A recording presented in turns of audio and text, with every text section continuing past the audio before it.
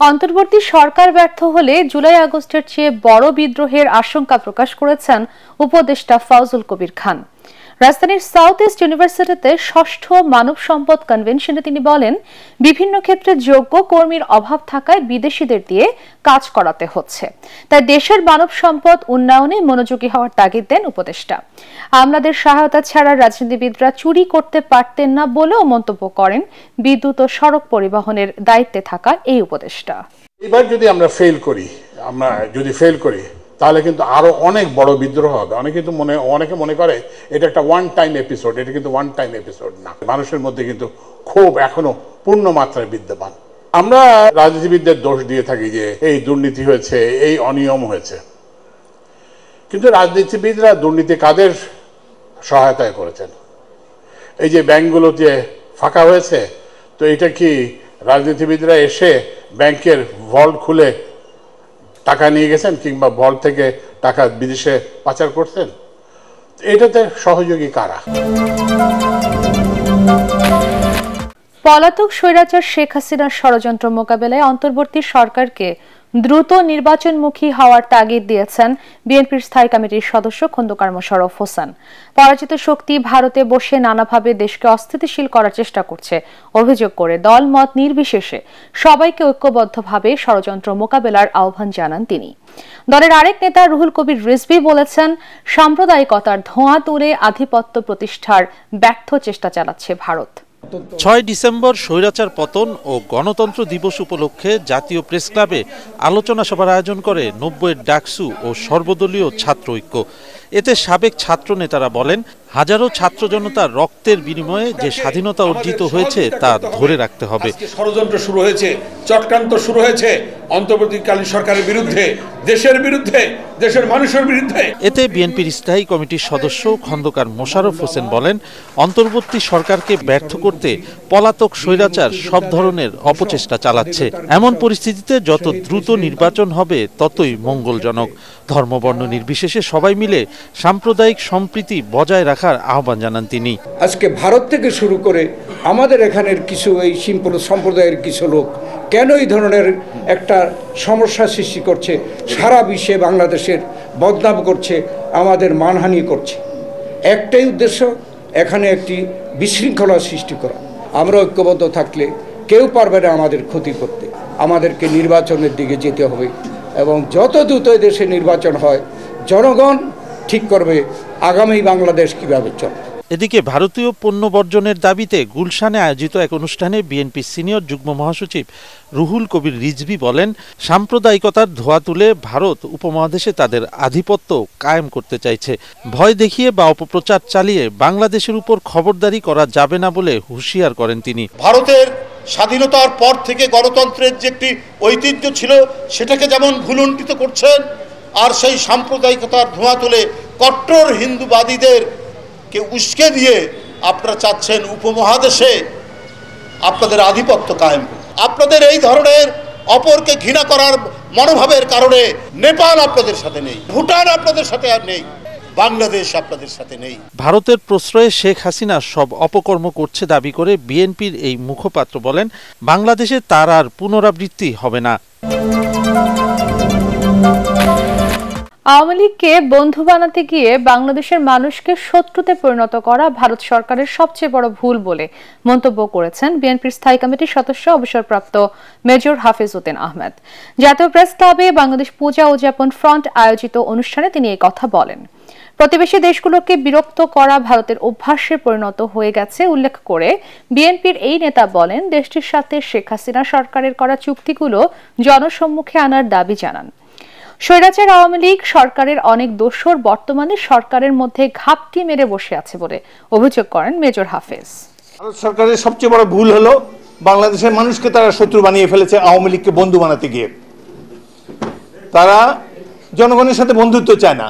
এই ধরনের একটা দল যারা লুটপাট চোরের দল, চোরতন্ত্র প্রতিষ্ঠা করেছে বাংলাদেশে, তাদের সাথে তারা বন্ধুত্ব করতে গিয়েছে। অথচ ভারত আর Bangladesh we could have been good friends. আমরা যুদ্ধ করেছি, ৭১ সালে সাহায্য করেছে, আমি তো কৃতজ্ঞ সেই জন্যে। আমাদের তো কিয়ামত পর্যন্ত বন্ধু থাকার কথা ছিল। তো এই যে অ্যাডভান্টেজ নিতে চায় বন্ধু, যার জন্য এই যে চতুর্পাশের প্রত্যেকটা দেশ ভারতের বিরুদ্ধে চলে গিয়েছে। রাষ্ট্রের মৌলিক সংস্কারের গতি বাড়িয়ে দ্রুত জাতীয় নির্বাচন দেওয়ার তাগিদ দিয়েছেন জামাতে ইসলামীর আমির ডাক্তার শফিকুর রহমান। কুমিল্লা টাউন হল মাঠে মহানগর জামাতের কর্মী সম্মেলনে তিনি হুঁশিয়ারি দেন, বাংলাদেশের 1 ইঞ্চি মাটিও কাউকে ছাড় দেওয়া হবে না। আমিরে জামাত বলেন, ভারতীয় কোনো আগ্রাসন সহ্য করবে না এদেশের মানুষ। এক যুগেরও বেশি সময় পর কুমিল্লায় জামাতে ইসলামীর কর্মী সম্মেলন। নগরীর নানা প্রান্ত থেকে জামাত এবং সহযোগী সংগঠনের নেতাকর্মীরা মিছিল নিয়ে যোগ দেন কুমিল্লার টাউন হল মাঠে। এ সময় ভারতীয় আগ্রাসন এবং সংখ্যালঘুদের বিষয়ে কথা বলেন আমির ডাক্তার শফিকুর রহমান। বাংলাদেশ বিভিন্ন গোলাপের সমন্বয়ের দেশ। এই দেশে সকল ধর্মের বর্ণের সমস্ত মানুষ আমরা মিলেমিশে আছি, কারণ বাংলাদেশ আমাদের সবার। আমরা তাদের কি ক্ষতিটা করেছি? ভারতের কোনো আভ্যন্তরীণ ব্যাপারে আমরা হস্তক্ষেপ করেছি? ভারত বলে আমাদের দেশে সাম্প্রদায়িক সহিষ্ণুতার অভাব, সম্প্রীতির অভাব। হ্যাঁ, মানুষ দেখতে পাচ্ছে কোন বৎসর কতটা কোন ধর্মের মানুষ ভারতের উগ্র একটি সাম্প্রদায়িক গোষ্ঠীর কাছে নির্মমভাবে নিহত হয়, সারা বিশ্ব তার সাক্ষী। আমরা কোনো আগ্রাসন সহ্য করব না। বাংলাদেশের 1 ইঞ্চি জমি আমরা কাউকে ছেড়ে দেব না।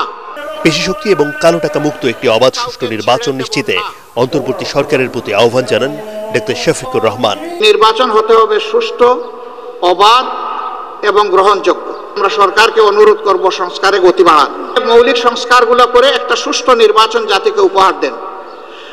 আপনারা যেন ইতিহাসে স্মরণীয় হয়ে থাকতে পারেন। পিলখানায় সেনা কর্মকর্তা সহ 57 জনকে হত্যার কোনো বিচার হয়নি জানিয়ে সুষ্ঠু তদন্ত করে অপরাধীদের দৃষ্টান্তমূলক শাস্তি নিশ্চিতের দাবিও জানান জামাতের আমির।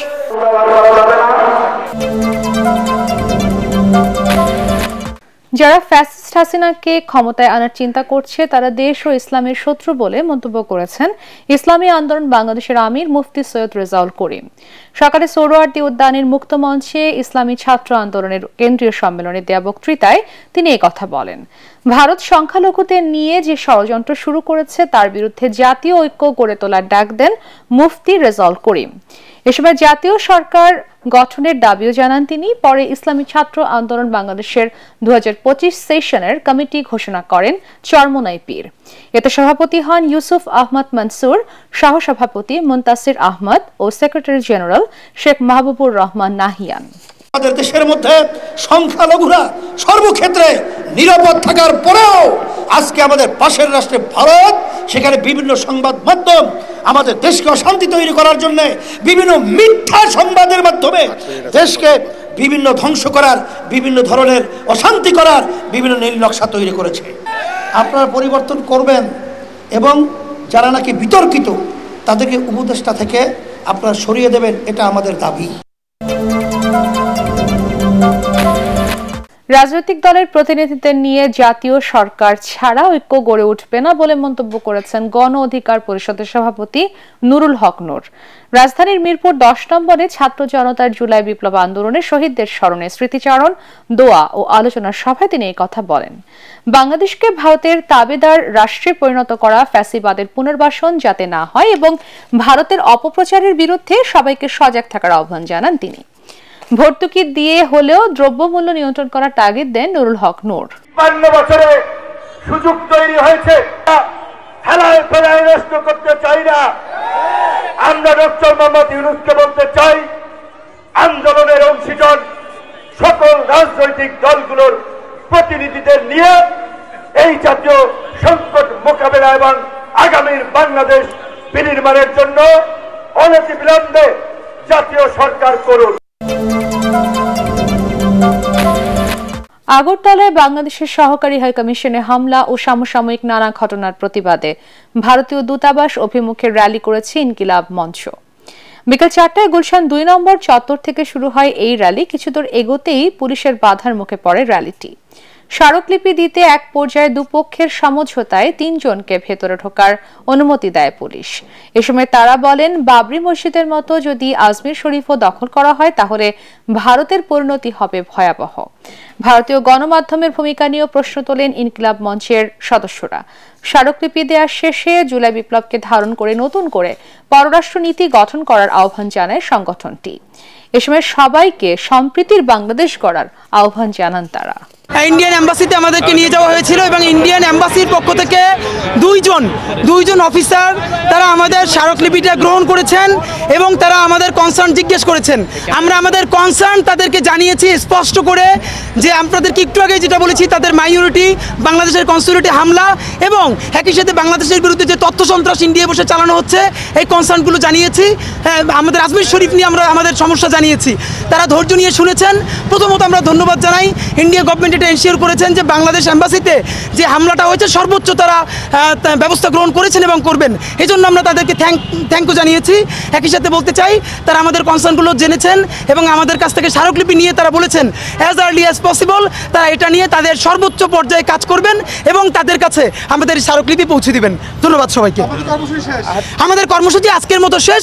আমরা ভারতের কাছে আমরা অবশ্যই প্রত্যাশা করি এবং তাদেরকে আমরা বলেছি, দেখুন আগের সকল ইতিহাস আমরা ভুলে যেতে চাই, প্লিজ আপনারা আমাদেরকে প্রভু থাকবেন না, আমরাও সেবাদাস না। আপনারা জুলাই বিপ্লবকে সম্মান করুন, জুলাইকে স্বীকৃতি দিন, আমরা আপনাদের বন্ধু হতে চাই। আমাদের নিরাপত্তা আপনারা দেখবেন, আপনাদের নিরাপত্তা আমরা দেখব। আমরা বন্ধু হতে চাই এবং জুলাইকে স্বীকৃতি দিয়ে নতুন বাংলাদেশের পররাষ্ট্রনীতি নির্মাণ করুন। তারা আমাদের সাথে রাজি হয়েছেন এবং বলেছেন তারা এই কনসার্ন তাদের সর্বোচ্চ অথরিটিকে জানাবেন। Thank you very much. হ্যাঁ, ভারতীয় গণমাধ্যম বলেছে, এটা আমাদের জুমা বলেছে যেটা করা হচ্ছে ইন্ডিয়াতে, আপনাদের কি ব্যাপারে আমাদের কনসার্নটা জানাচ্ছে। তারা বলেছেন হ্যাঁ আমরা ওগুলো দেখছি এবং তারা তাদের অথরিটিকে জানাবে, এগুলো তারা বলেছে। চট্টগ্রামে আইনজীবী সাইফুল ইসলাম আলিফ হত্যা মামলার প্রধান আসামি চন্দন দাসকে 7 দিন ও রিপন দাসকে 5 দিনের রিমান্ডে নিয়েছে পুলিশ। বিকেলে মামলার তদন্তকারী কর্মকর্তা 2 আসামির 10 দিন করে রিমান্ডের আবেদন করলে চট্টগ্রামের বিশেষ আদালতের বিচারক কাজী শরীফুল ইসলাম তাদের রিমান্ড মঞ্জুর করেন। চট্টগ্রাম জেলা আইনজীবী সমিতির সভাপতি মোহাম্মদ নাজিম উদ্দিন সহ অর্ধশতাধিক আইনজীবী শুনানিতে অংশ নেন। 2 আসামিকে আদালতে হাজির করাকে কেন্দ্র করে আদালত চত্বর এবং আশপাশের এলাকায় কঠোর নিরাপত্তা ব্যবস্থা গড়ে তোলে আইনশৃঙ্খলা বাহিনী। দেশজুড়ে আলোচিত এই হত্যাকাণ্ডের প্রধান আসামি চন্দন দাসকে বৃহস্পতিবার ভৈরব রেল স্টেশন থেকে এবং একই দিন বিকেলে চট্টগ্রামের আনোয়ারা উপজেলা থেকে গ্রেফতার করা হয় রিপন দাসকে। চন্দন দাস আমরা ভিডিও ফুটেজে দেখেছি, সে অত্যন্ত সুসজ্জিত ছিল, তার হেলমেট পরা ছিল, অস্ত্র হাতে ছিল। আমরা মনে করি এটা ঠান্ডা মাথায় পরিকল্পিত, অন্যান্য কারো প্ররোচনায় এই হত্যাকাণ্ডটা হয়েছে। মামলার সুস্থ তদন্ত শেষে প্রকৃত আসামিকে, দোষী ব্যক্তিকে যে সর্বোচ্চ শাস্তি প্রদানের ন্যায় বিচারের মাধ্যমে। শীতের সবজিতে বাজার ভরে উঠলেও ক্রেতাদের নাগালের বাইরেই রয়ে গেছে সবজির দাম। নতুন আলু পাইকারি বাজারের তুলনায় খুচরা বাজারে কেজিতে 20 থেকে 30 টাকা বেশি দামে বিক্রি হচ্ছে। দাম বেড়েছে পেঁয়াজ ও ব্রয়লার মুরগির। চাল এবং অন্যান্য পণ্যের দাম বাড়ার পর আর কমেনি। ক্রেতারা বলছেন কোনো পণ্যের দামই সহনীয় পর্যায়ে নেই। মৌসুমী সবজির এমন সমারোহ দেখে চোখ জুড়িয়ে আসে, কিন্তু দাম নাগালের বাইরে হওয়ায় সাপ্তাহিক ছুটির দিনেও ক্রেতাদের খুব একটা ভিড় নেই রাজধানীর কারওয়ান বাজারে। বিক্রেতারা জানালেন আগামী সপ্তাহের মধ্যে কিছুটা কমতে পারে সবজির দাম। নতুন আলু এতদিন ইন্ডিয়ানরা ছিল, এখন আমাদের দেশিরা আসছে, বর্তমানে 100 থেকে 110 টাকা কেজি। আর হলো আমাদের দেশি গাজর, এটা হলো 80 থেকে 90 টাকা কেজি। কারণ আমাদের দেশি যে ফলগুলো আসতেছে, ফলনগুলো এগুলো মানে আপনার মোটামুটি দাম কমতেছে এবং হলো আমদামি আছে। আমি আশাবাদী আরও সপ্তাহে গেলে এভারেজে মানে 50-60-এর ভিতরে প্রয়োগ করা সম্ভব। এদিকে হতাশার সুর পেঁয়াজ ব্যবসায়ীদের কণ্ঠে। কেজিতে 10 থেকে 15 টাকা বাড়লেও লোকসান গুনতে হচ্ছে বলে অভিযোগ তাদের। যে দাম আনতে ওই দামই হচ্ছে, কতদিন 1 টাকা হচ্ছে, কতদিন 1 টাকা লস যাচ্ছে, এইরকমভাবে বাজার চলছে। তাতে ফিজির ব্যবসায় কোনো রকম কোনো বাদ নাই।